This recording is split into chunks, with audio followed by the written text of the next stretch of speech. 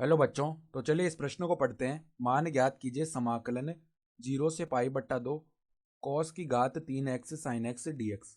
तो यहाँ पर देखो हमें इस समाकलन का मान ज्ञात करना है।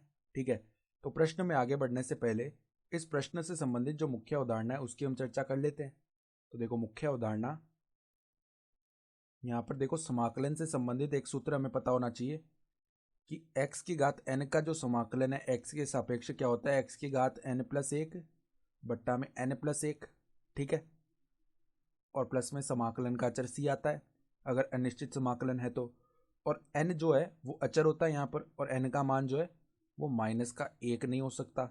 ठीक है, तो अब देखो ये जो दिया हुआ समाकल है इसको हम एक बार i बोल देते हैं। तो i बराबर में समाकलन सीमा 0 से पाई बट्टा 2 है, कॉस की घात 3x sine x D x है। तो ये समाकलन करने के लिए हम यहाँ पर एक प्रतिस्थापन करते हैं। माना कि कोसेक्स को जो है वो हम एक बार टी बोल देते हैं। तो अब दोनों तरफ x के सापेक्ष अवकलन कर लेते हैं। कोसेक्स का अवकलन होता है माइनस का साइन एक्स, और t का अवकलन करेंगे तो डी टी बट्टा डी एक्स आ जाएगा। तो अगर हम यहाँ से साइन एक्स डी एक्स का मान लिखें तो वो किसके बराबर आएगा, माइनस के डी टी के बराबर आ जाएगा। तो अब हमने यहाँ पर एक प्रतिस्थापन किया तो सीमा भी बदलेगी।